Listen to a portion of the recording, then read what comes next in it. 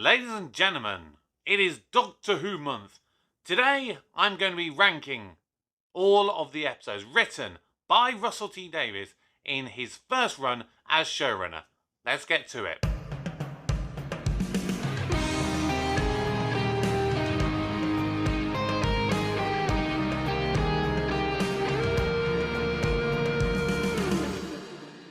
Hello everybody, welcome back to the channel. My name's Kevin, I am a geek, you're watching Kevin the Geek, and yes, I am going to be doing a ranking video today, ranking all of the Russell T Davies episodes from the first run of his time as showrunner for Doctor Who.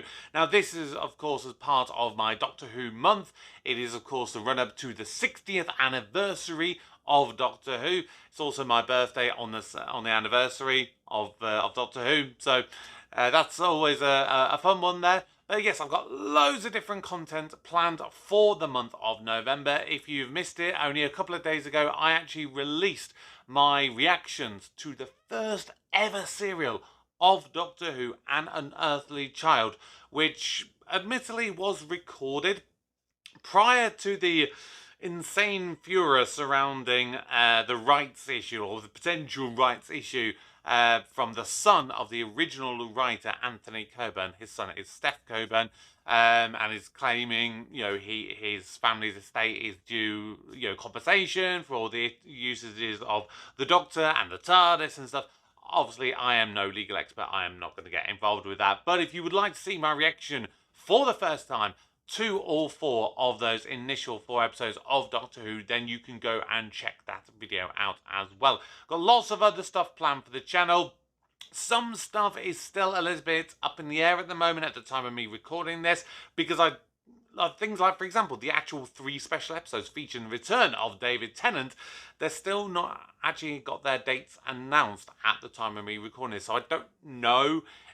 Is there going to be something on my birthday itself? Is there going to be something at the weekend of that? Which, if there is, it's going to kind of throw my plans into whack, because like I said, it is going to be my birthday. I am planning on going away. I've booked a little trip away, because I've never taken a trip away for my birthday, but I need to do it for once, to just kind of enjoy myself. But it may mean that some stuff kind of potentially gets delayed if stuff happens around those dates. But like I said, today I'm ranking all of the episodes from Russell T Davies' first run as showrunner. These are all the episodes that were written by him. I think there's like 1 or 2 that was like a co-written one.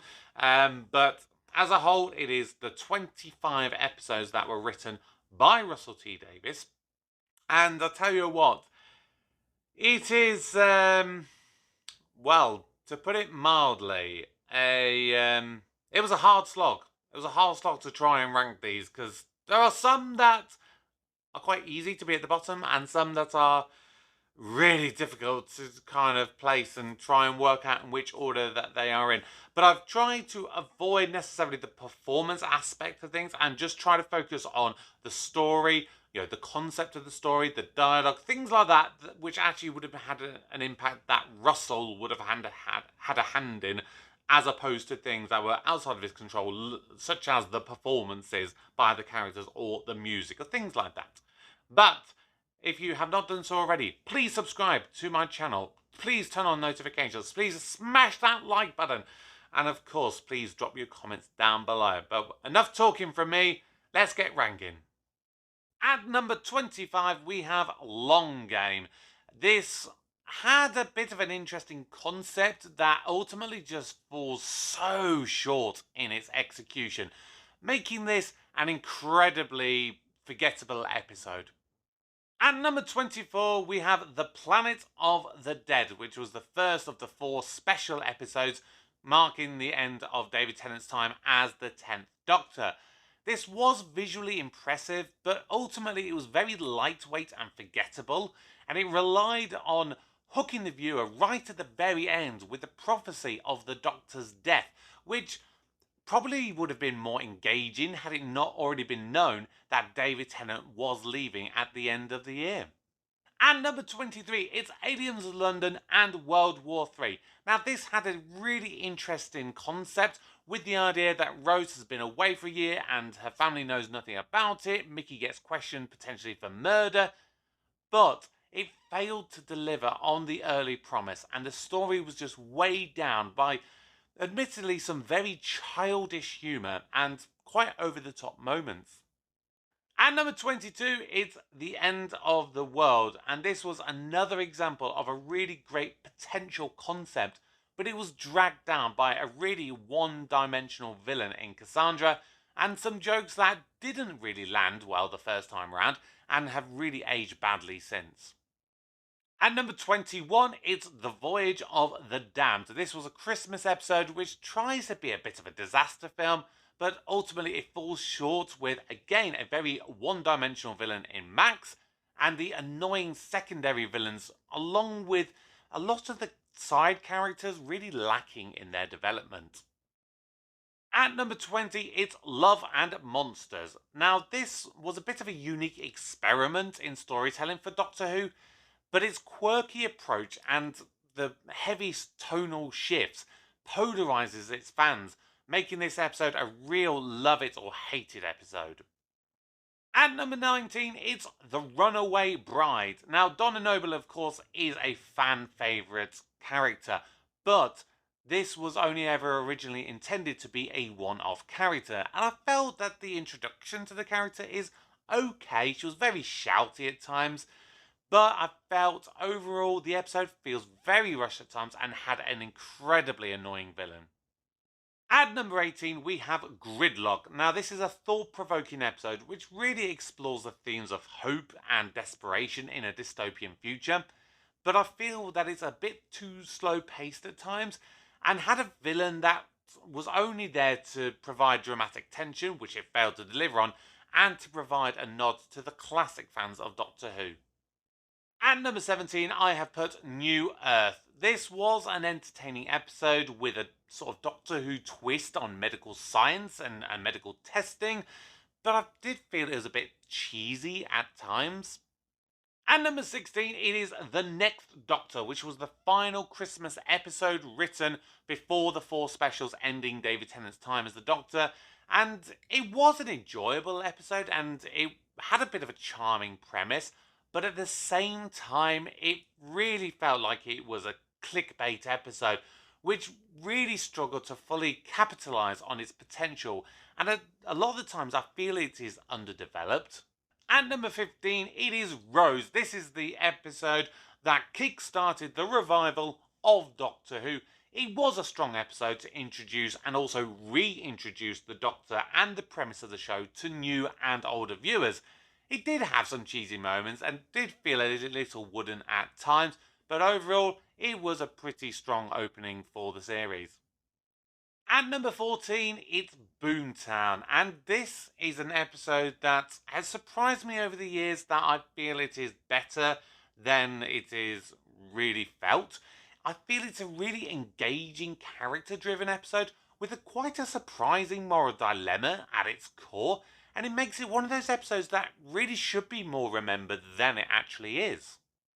At number 13, it is Tooth and Claw, and I may be a little bit biased on this one, but I absolutely love this episode. It's a thrilling and well-executed historical episode that for me successfully combines horror and adventure whilst also quite cleverly setting up the events of the finale of Series 2. At number 12, it's A Christmas Invasion, and I feel that this is a really strong Christmas special that introduces the 10th Doctor in a brilliant way for new viewers who may not be familiar with the concept of regeneration. However, I will say that the resolution of the episode is a little bit underwhelming. At number 11, just missing out on the top 10, it is The End of Time. This was a grand and really emotionally charged 2-part finale to David Tennant's time as the Doctor, but also Russell T Davies' first time as showrunner. However, the complexity and the pacing of the episode does leave viewers a little bit divided on this one. At number 10, it is Partners in Crime. This is a well-crafted reintroduction to the pairing of the Doctor and Donna. It had great pace and drama. However, I will say that the adipose plot did feel a little bit silly at times. At number 9, it is The Sound of Drums and The Last of the Time Lords. This was a really intense and gripping story between the Master and the Doctor, and I felt that their pairing was written incredibly well. However, the ending and the resolution to it, where the Doctor ends up this, like, angelic being, I felt it was way too fantastical and ridiculous. At number 8, it is Utopia. This was a gripping and suspenseful episode that sets the stage for the two-part finale. Despite many people feeling it's a three-parter, I consider these separate enough in their own right. Now, the villains that were in this episode, i.e. the future kind, they were brought in to be a plot thread that simply wasn't required for a story that was set at the end of the universe, but the twist, which now would seem obvious to viewers, at the time it was fantastic. Coming in at number 7 is The Stolen Earth and Journey's End, the series 4 finale. This was an epic and emotional culmination of multiple story arcs with a grand scale invasion and an ambitious crossover. However, it does lean very heavily on nostalgia and melodrama. Plus, I hated that fake out regeneration, as it failed to have the impact that it promised from the cliffhanger from the first episode. Coming in at number 6, it is Smith and Jones. This was a great introduction to the character of Martha Jones, offering a really fresh take on the companion role, with admittedly some fun villains and quite humorous moments. Coming in at number 5 is Bad Wolf and the Parting of the Ways. This was the first finale for the revival era, and this was a thrilling and really emotionally charged conclusion to that first series, with high stakes and impactful character development. However, I will say that the game show elements of the first part have aged the episode, despite the recent revival of Big Brother. At number 4, it's Army of Ghosts and Doomsday. This was a thrilling two-part finale with emotional depth, iconic villains in the Daleks and the Cybermen facing off against one another for the first time in the show's history, and a tearful farewell to Rose's time in the TARDIS. However, the resolution does lean heavily on emotional drama, which I wasn't a fan of personally. At number 3, it is Turn Left. Now, this offers a compelling what-if alternative reality storyline, which, although this has been done in other media before, it is written to be thought-provoking, and it beautifully delves into the consequence of choices and the impact of the Doctor in the universe. Just missing out on the number 1 spot, it's The Waters of Mars. This was a very tense and dark episode, with a compelling hook, a chilling storyline, and an ending which still sends shivers down my spine at the depths to which the Doctor has sunk. I only wish that this darker Doctor could have been explored in more episodes before the realization of what he has done and how he has strayed so far from his path of righteousness. And finally, at number 1, we have Midnight. In Midnight, Russell T Davies wrote a masterpiece of psychological horror and character-driven moments. This episode was a wonderful example of human behaviour at its worst under pressure, and it was so dark and tense at the same time as being so incredibly simple to write, even if it was challenging to create for the performers. And so there you have it. Those are the 25 episodes that were written by Russell T Davies and my ranking of them. Did you agree with my ranking? Did you disagree with my ranking? Whatever your thoughts are, please drop them in the comments down below. And remember to subscribe to the channel and turn on notifications if you have not done so already. I am a massive fan of the original run of Russell T Davies, and you know, after the lackluster performances of Chris Chibnall's era and some of the, at times, a bit of a convoluted times of Stephen Moffat, you know, I'm actually quite looking forward to having Russell T Davies back. I don't think he's going to be like the saviour of Doctor Who or anything like that, but no, I am looking forward to his time because, of course, he will be a different writer by now. He has evolved as a writer. He's written different things and will think of things in a different way. So it's going to be really interesting his second time as showrunner. But for now, I thank you so much for joining me. My name is Kevin. I am a geek, and you've been watching Kevin the Geek. Goodbye.